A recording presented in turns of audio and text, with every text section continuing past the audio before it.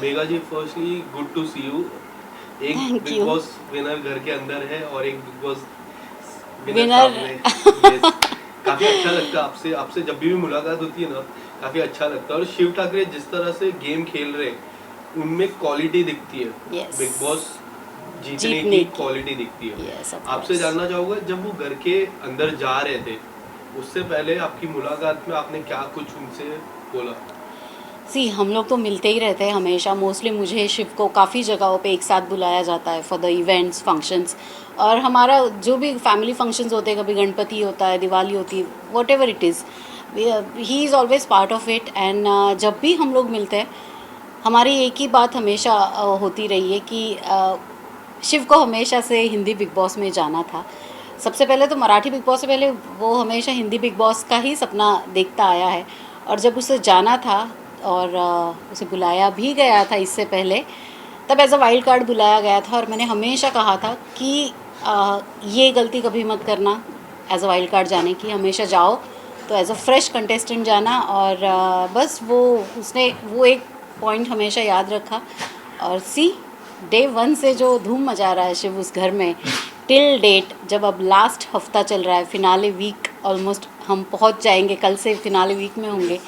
तो he is rocking and I am very sure कि मेरा भाई लाइट्स ऑफ करे बिना आएगा नहीं वापस। क्या आपको लगता है, आपने जैसे अभी जिक्र किया कि वाइल्ड कार्ड मत जाना, तो आप भी वाइल्ड कार्ड ही गए थे? यस, वो मेरी ज़िंदगी की सबसे बड़ी भूल थी। यस, वही वही पूछना चाह रहा था कि आपको लगता है कि अगर वाइल्ड कार्ड नहीं रहते, हाँ। आप डे वन से रहते हो तो कुछ अलग होता? यस क्योंकि यस उस टाइम डेफिनेटली। फाइनल में श्रीशांत एंड दीपिका थे, टॉप 3 या टॉप 2 में आप खुद को देख रहे थे तब। Yes yes definitely. जिस दिन मैं घर में गई थी और मैंने पहले 2 टास्क ही परफॉर्म किए थे, तभी से घर के ही सदस्यों ने मुझे टॉप 5 में हमेशा देखा। उन्होंने जब भी घर में रैंकिंग हुआ करती थी तो मुझे वो रैंक मिला था कि मैं टॉप 5 में डेफिनेटली होंगी। बट कभी कभी बिग बॉस भी ऐसी चाल खेल देते हैं, घर में कुछ ऐसी चीज़ें हो जाती है कि अनएक्सपेक्टेडली आप बिल्कुल फिनाले के नज़दीक पहुंच जाते हो और आप घर के बाहर होते हो। शिव ठाकरे की गेम के बारे में मैं बात करूं, किस तरह से लगी आपको जर्नी शिव ठाकरे की गेम की? Mind blowing, mind blowing. मतलब शिव की जर्नी ऐसी रही है कि Shiv will be the example for he setting a bar की जो सालों सालों तक याद रखा जाएगा। कि अगर प्लेयर हो, इंसान हो बिग बॉस के घर में, तो वो ऐसा हो जो मतलब एकदम निडर होके और डे वन से एकदम फ्रंट फुट पे खेल रहा है। वो कभी उसने बैक सीट ली नहीं, हमेशा फ्रंट फुट पे आके अपना ओपिनियन रखा है। अब तो जब काफ़ी जगहों पे निकल भी चुकी है ये बात, कौन किसके क्या कॉन्ट्रैक्ट्स है, ये लड़का बिना किसी कंडीशंस और कॉन्ट्रैक्ट्स के उस घर में वैसे गया हुआ है। Contract in the sense show में आने का कॉन्ट्रैक्ट यस। डेफिनेटली होता है, बट उसके अलावा के जो कॉन्ट्रैक्ट्स होते हैं, वैसा बिना किसी कॉन्ट्रैक्ट के वो वहाँ तक पहुँचा है। और ये इतनी बड़ी बात है मेरे लिए, बिकॉज आई कैन अंडरस्टैंड कि वैसे बिना किसी कंडीशन के आप घर में जाते हो और फिर भी इतनी देर तक सरवाइव करते हो, वो कितना मुश्किल है। हमने देखा है बाहर गए हुए लोग भी वापस वापस आए हैं बिकॉज उनके कॉन्ट्रैक्ट्स शायद वैसे होंगे। इस वजह से आउट हुए हुए कंटेस्टेंट भी घर पे आए, ऊपर से प्राइज मनी भी लेके गए। उनकी वजह से प्राइज मनी भी कटी है। अभी कल ही मैं देख रही थी, कल का जो एपिसोड है, बिग बॉस ने टास्क दिया, 2 ग्रुप बनाए उन्होंने और 2 ग्रुप में प्राइज मनी जीतने की उन्होंने ये की। मतलब ये पहली बार ऐसा होगा शायद बिग बॉस में कि किसी पर्टिकुलर इंसान को इतनी प्राइज़ मिलेगी और किसी पर्टिकुलर इंसान को इतनी प्राइज़ मिलेगी। मतलब इतने भेदभाव पे उतर चुके हैं अब ये लोग कि जिसे चाहते हैं प्राइज़ मनी दिलवाना ज़्यादा, उसे ज़्यादा प्राइज़ मनी। हालांकि प्राइज़ मनी गई भी किसकी वजह से, ये आप अगर गौर तलब करेंगे, अंकित को बचाने के चक्कर में प्रियंका ने प्राइज़ मनी 25 लाख गंवाए, टीना को बचाने के चक्कर में शालीन ने 25 लाख गंवाए, पर शिव ने किसी के लिए बजर नहीं दबाया था। उसने तो उल्टा वो गए, इनकी बेवकूफ़ियों की वजह से जो प्राइज़ मनी गई थी उसे वापस लाने के लिए जो एक टास्क हुआ था जिसमें कोड देने वाले थे बिग बॉस, वो लॉकर का कोड जिसमें प्राइज़ मनी होगी, इसने अपनी कैप्टनसी की दावेदारी नहीं ली और उसके बदले में कोड लिया वो प्राइज़ मनी के लिए। जबकि ये जो बाकी दूसरे कंटेस्टेंट्स हैं, इन्होंने कैप्टनसी की दावेदारी ली थी इन्होंने प्राइज़ मनी को ज़ीरो इम्पोर्टेंस दिया था जब प्राइज़ मनी आ रही थी या बचा सकते थे, तब नहीं लिया। और अब देखिए जिन लोगों की वजह से प्राइज़ मनी घटी है, उन लोगों को अब जब वो जीतेंगे तो उनको फुल प्राइज़ मनी होगी, और जब मेरा भाई शिव जीतेगा जिसकी मुझे फुल गारंटी है, उसे कम प्राइज़ मनी मिलेगी। ऐसा क्यों? पर आपको लगता है कितना अनफेयर हो जाता है जिस तरह वो टास्क बीता था? Yes. आप देख रहे हो अंकित को बचाने के लिए, हाँ। टीना को बचाने के लिए, आज वही तब खिलाड़ी तो बाहर है। तब तो कोई ग्रुप में डिस्कशन नहीं था, सिर्फ एक बंदे के ऊपर वो डिसीजन था, एक जन डिसाइड कर सकता था। तब सब सारे घर वालों पे क्यों नहीं वो डिसीजन सौंपा गया फिर कि क्या इसे बचाने के लिए आप प्राइज़ मनी वो करेंगे? जब उनकी मर्जी आई, एक एक बंदे ने बजर दबा के प्राइज़ मनी गवा दी, जबकि वो प्लेयर ऐसे थे कि वो उस घर में रहने के लायक भी नहीं थे, अच्छे प्लेयर्स भी नहीं थे। Ankit was a nice human being, but हमने देखा कि उसका गेम बिल्कुल ज़ीरो नहीं, उसका गेम माइनस हो चुका था, फिर भी उसे बचाने के चक्कर में। और इस स्टेज पर आकर इतने दिनों तक टिक कर, इतनी मेहनत कर अब शिव के हिस्से की या स्टैन के हिस्से की प्राइज़ मनी घट रही है। That is so unfair of their part कि बेचारों के साथ ऐसा अन्याय क्यों? अब नॉमिनेशन का टास्क भी इस हफ्ते जो हुआ, क्या आपने देखा है कि फॉर एग्ज़ाम्पल जो बच्चा शुरू से लेके आज तक बिल्कुल पढ़ाई में ज़ीरो रहा है, ओके, जो अर्चना, प्रियंका, ये लोग जो कभी कोई टास्क नहीं जीत पाए, किसी टास्क में इन्होंने अपनी चमक नहीं दिखाई, कहीं पे भी शाइन नहीं हुए, वो लोग टास्क गलत करने के बावजूद, मतलब किसी ने 12 मिनट लिए, किसी ने 7 मिनट लिए, किसी ने और पता नहीं कितने 12, 7 और प्रियंका ने शायद 14 मिनट लिए। मतलब जिसका कोई हिसाब ही नहीं है, गलत होने का कोई लिमिट ही नहीं है। इतना गलत खेलने के बावजूद वो लोग नॉमिनेशन से सेफ हो चुके हैं, तीनों ने भी गलत टास्क किया। और जिस बंदे ने सबसे एक्यूरेट टास्क किया, शिव का टाइमिंग था 9 मिनट 10 सेकेंड। इतना एक्यूरेट बिना घड़ी के कैसे कोई हो सकता है? फिर भी शिव ने वो किया, तो वो बंदा नॉमिनेशन में है। MC स्टैंड 10 मिनट उसने लिए, ऑलमोस्ट क्लोजर टू 9 मिनट, वो नॉमिनेशन में है। सो समझ में नहीं आता कि ये इतना अनफेयर, ये ग्रुप देने की कहाँ से बिग बॉस को सूझी, और इतना गलत कैसे, मतलब अन्याय की भी कोई हद होती है यार, नाइंसाफ़ी की भी कोई हद होती है कि जो बंदा टास्क कर रहा है शुरू से लेके एंड तक, इतने डिस्ट्रैक्शंस, इतनी चीज़ें हुई, उसके बावजूद वो डे 1 से लेके अभी तक 100 में से 100 नंबर ला रहा है वो लड़का, और उसी के साथ ये सब गलत चीज़ें हो रही है। So I am not happy with that, but कोई बात नहीं, वो टिकट टू फिनाले ना जीते, कोई बात नहीं, वो नॉमिनेट हो जाए, ट्रॉफी वही जीतेगा। पर आपको कई हद तक लगता है जिस तरह साजिद के साथ उनकी दोस्ती थी, अब्दू के साथ, जो मंडली की मैं बात कर रहा हूँ जी, वो नॉमिनेट होने के बाद कई हद तक उनकी गेम में बदलाव आया, ऐसा आपको लगता है? लोगों को ऐसा लगता है जो दोस्ती वो निभाते थे, हाँ। अब्दू के साथ सबसे अच्छी दोस्ती थी, as a elder brother treat करते थे अब्दू को। आपको कैसी लगी वो दोस्ती? That was the best thing in the house. Otherwise बाकी दूसरे ग्रुप को आप अगर देखो, सौंदर्या को देख लो, अर्चना को देख लो, टीना और शालीन को देख लो, प्रियंका को देख लो, ये लोग इतनी लड़ाइयाँ करते, घर में इतना शोर होता है, इतने सारे शोरगुल के बीच में, मतलब ये जो एक अलग ग्रुप था, वो हमेशा एक दूसरे की इज्जत उतारने पे मतलब कायम लगे रहते थे। जहाँ तक मैंने प्रियंका का गेम अभी तक देखा है, उसने अपने साथ जितने लोग थे उन सबको बेइज्जत किया है, उनकी बेइज्जती करके वो लोग बेचारे अपने ही दोस्त के हाथों बुरी तरह बेइज्जत, मतलब वो एक कुछ है ना शेर, बड़े बेआबरू होकर निकले तेरे कूचे से, तो ये सब अपने ही दोस्त के हाथों इतने बेइज्जत होके घर से बाहर निकले हुए सारे के सारे। और यहाँ पर देखिए, आप देखिए कि इतने कॉम्पिटिटिव शो में भी, जहाँ पर सैनिटी भी अपनी सैनिटी खो दे, ऐसे शो में कोई अपने लोग हमेशा अपने दिल के करीब रखता है, चाहे जैसी भी सिचुएशन आए। इन लोगों ने कभी एक दूसरे से गिले शिकवे इस तरीके से नहीं किए। अगर कुछ एक दूसरे के लिए लगा भी, कोई चीज़ खटकी भी, तो साइड में आके शांति से बैठ के उन्होंने बात की है, एक दूसरे को समझा है, एक दूसरे के पॉइंट ऑफ व्यू एक दूसरे से शेयर किए बिना तमाशा बनाए।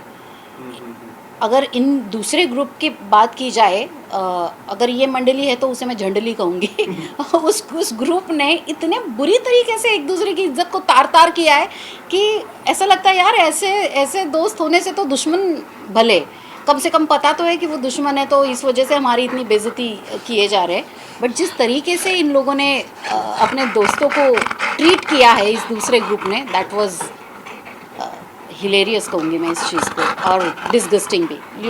बट मेरा जी कई लोगों का कहना है कि प्रियंका की जीत काफ़ी इजी हो जाती है क्योंकि वो कलर्स का फेस है और उसकी वजह से बिग बॉस हमेशा कलर्स के फेस को ही जीता है। शिव जनता का फेस बनेगा, कोई बात नहीं। यस, अगर ऐसा हो लियो थांब लियो, साक्षी लिओला घेऊन जा, साक्षी लिओला घेऊन जा बेटा, लिओ माईकवर येऊन बोलतोय Leo also wants to say something. हाँ जी, हम वहीं से शुरू करते हैं जहाँ से। हाँ, मेरा सवाल ये था कि लोगों का कहना है कि प्रियंका जीत सकती है बिग बॉस, काफी इजी है बिग बॉस जीतना उनके लिए क्योंकि वो कलर्स का फेस है। अगर ऐसा हो जाता है तो वो कितना अनफेयर हो जाता है बाकी लोगों के लिए, जैसे कि शिव है, एमसी स्टैंड है, ऐसे लोगों के लिए जो ऑफ कोर्स अनफेयर होगा ही। और हमने पिछले कुछ सीजन्स की हिस्ट्री भी देखी है कि अनफेयर तो हुआ है लोगों के साथ, मतलब अच्छे कंटेस्टेंट्स के साथ कहीं ना कहीं थोड़ी सी नाइंसाफ़ी तो हो ही गई है, डिस्टर्बेंस नहीं आई है। तो आपसे जानना चाहूँगा कि जिस तरह प्रियंका को लोगों का कहना है कि वो कलर्स का फेस है और वो ही जीत सकते हैं, ये कितना अनफेयर हो जाता है जैसे एमसी स्टैंड और शिव के लिए जो दिल से वो गेम खेले और जिस तरह से वो गेम खेले, जिस तरह वो रियल लाइफ में वही बिग बॉस के घर में है। अनफेयर तो सी देखिए हो ही जाता है, और हम शुरू से लेके एंड तक देखते ही रहते हैं कि कहीं कहीं जगहों पे वो दिखती है, फेवरिज्म पता चलता है। But end of the day ये गेम है, और अब तो बिग बॉस ने खुल के कहा है कि वो भी खेल रहे हैं, तो उनको तो भाई खेलने का हक है तो वो खेले। बट ये है कि अगर बाकी की बहुए कलर्स का फेस है तो हमारा शिव जनता का फेस है, और वो हमेशा जनता का रिप्रेजेंटेटिव रहेगा, ना ही किसी सिर्फ पर्टिकुलर चैनल का। हाल ही में टॉर्चर टास्क हुआ था फाइनल राउंड के पहले, काफी कुछ हुआ टॉर्चर टास्क में, शिव को लेके काफी कुछ हुआ। आपको क्या लगता है वो टॉर्चर टास्क किस तरह बीता है शिव के लिए? शिव ने तो बहुत जेंटली किया है वो टास्क, मतलब शिव अगर जिस तरीके का शिव रोडीज और बिग बॉस करके आया है, जो कि बहुत डिफ़िकल्ट शोज़ रहे हैं ये, मतलब इस सीज़न में अगर देखा जाए तो वैसे टास्क हुआ ही नहीं। मतलब जब सीज़न ख़त्म हो रहा है तो आखिरी टास्क जो है वो एक्चुअल बिग बॉस के जैसे टास्क होते हैं वैसा टास्क आया है। अदरवाइज़ जो आज तक शिव को चिढ़ाते थे घर के अंदर, अर्चना ने या फिर प्रियंका सौंदर्या ने, कि यार ये कैसे करता होगा ये बिग बॉस में, क्या कैसे जीतता होगा, और जो कि क्वेश्चन मार्क उठाए जाते थे उस पर। मेरे सीज़न में मेरे ऊपर भी कई बार क्वेश्चन मार्क उठे कि ये कैसे विनर बनी। तो let me tell you guys कि जो अभी सीज़न ख़त्म होते होते जो टास्क शुरू हुआ है ना, हमारे मराठी सीज़न में ये टास्क पहला होता है, मतलब ये वार्म अप टास्क होता है, और उसके आगे फिर और टास्क खतरनाक होते जाते हैं। तो हम वो खेल के वहाँ से आके यहाँ पर आए हैं, मतलब वो लेवल, मतलब इतना उसका टफ होता है टास्क का कि वहाँ से लेके हम उसके बाद यहाँ आए। इस सीज़न में कोई टास्क ही नहीं हुए। जो अर्चना हमेशा ताना देती है बिग बॉस विनर होने का शिव को, वो कल कहती है टास्क ख़त्म होने के बाद, हैं ये होता है टास्क, ऐसा होता है। तो मैडम अब पता चला आपको टास्क किसे कहते हैं, कैसे खेलते हैं। आप पहली बार जब खेली हो तो आपको इतना प्राउड फील हो रहा है। ये जो बच्चा है शिव, ये ऐसे कई टास्क करके आया है। हमारे सीज़न में ऐसे हफ्ते में 3 टास्क होते हैं, नॉमिनेशन, फिर कैप्टनसी टास्क, फिर साप्ताहिक कार्य। ये हफ्ते के 3 करते करते 15-16 हफ्ते हम वो टास्क खेल के फिर हमें वो ट्रॉफ़ी मिलती है। तो उस ट्रॉफ़ी की थोड़ी तो इज़्ज़त रखिए। जब आप घर के बाहर आएंगी, अर्चना जी या फिर सौंदर्या जी देख रही होंगी जिन्होंने भी बिग बॉस के मराठी विनर्स पे क्वेश्चन मार्क्स उठाए, उनके लिए ये मेरा कहना होगा कि किसी अगर आपको टाइम मिले, खैर अब तो आप बाहर आ जाओगे तो आप लोगों के पास टाइम ही टाइम होगा, इसके बाद तो शायद ही आप बिज़ी होंगे, तो आप देखिएगा कैसे होते मराठी सीज़न, फिर आपको पता चलेगा शिव कैसे जीता था। कुछ आखिरी सवाल मैं पूछूंगा, आपको क्या लगता है सबसे बड़ा कंपटीशन अब शिव के लिए उस घर में कौन है?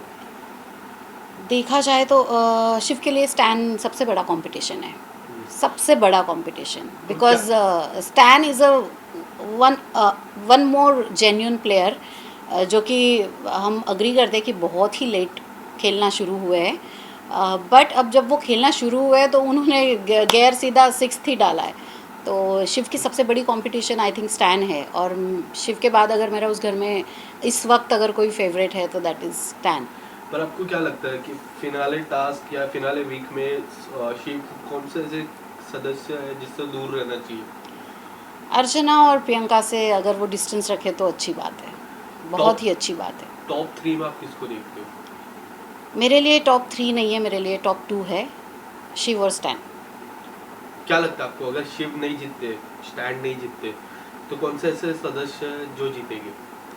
जो भी होगा फिर वो उसे मैं विनर कहूँगी ही नहीं, क्योंकि फिर ऐसे मैं कहूँगी बैठे बिठाए ही उनको अगर ट्रॉफी दी जाती है तो मेरी नज़रों में वो विनर होगा ही नहीं। एक आखिरी सवाल, अगर शिव जब भी आपसे मुलाकात करते, सबसे पहला आप क्या कहोगे उनसे, और सबसे पहला किससे दूर रहने को कहोगे इन रियल लाइफ? मैं शिव को सबसे, जब वो बाहर आएगा और फिनाले के बाद जब मैं उसे मिलूँगी उस ट्रॉफ़ी के साथ, तो मैं उससे यही चीज़ कहूँगी कि I am so proud of him, I am really really proud of him, because it was not easy, बिना किसी MG के, बिना किसी एक्टिंग के स्ट्रॉन्ग बैकग्राउंड के, वो लड़का वहाँ पे गया है, खेल रहा है, दिल से खेल रहा है, दिल से रिश्ते बना रहा है, दिल से सब कुछ निभा रहा है, दिल से उस घर में एक एक पल वो जी रहा है, और यहाँ तक कि उसकी जो जर्नी रही है वो आसान नहीं है, तो मैं उसे यही कहूँगी कि I am really proud of him, और मैं कहूँगी दूर रहने की कोई ज़रूरत नहीं है किसी से, क्योंकि शिव इतना पॉजिटिव बंदा है कि अगर वो अपने साथ किसी को दोस्त बना लेता है तो वो निगेटिव को भी पॉजिटिव में बदलने की ताकत रखता है, तो शिव को किसी से डरने की ज़रूरत नहीं है। आप देखिए जैसे जैसे शिव का ग्रुप बढ़ता गया, जो लोग शुरू में बहुत गलत नज़र आ रहे थे वो भी अच्छे लगने लगे।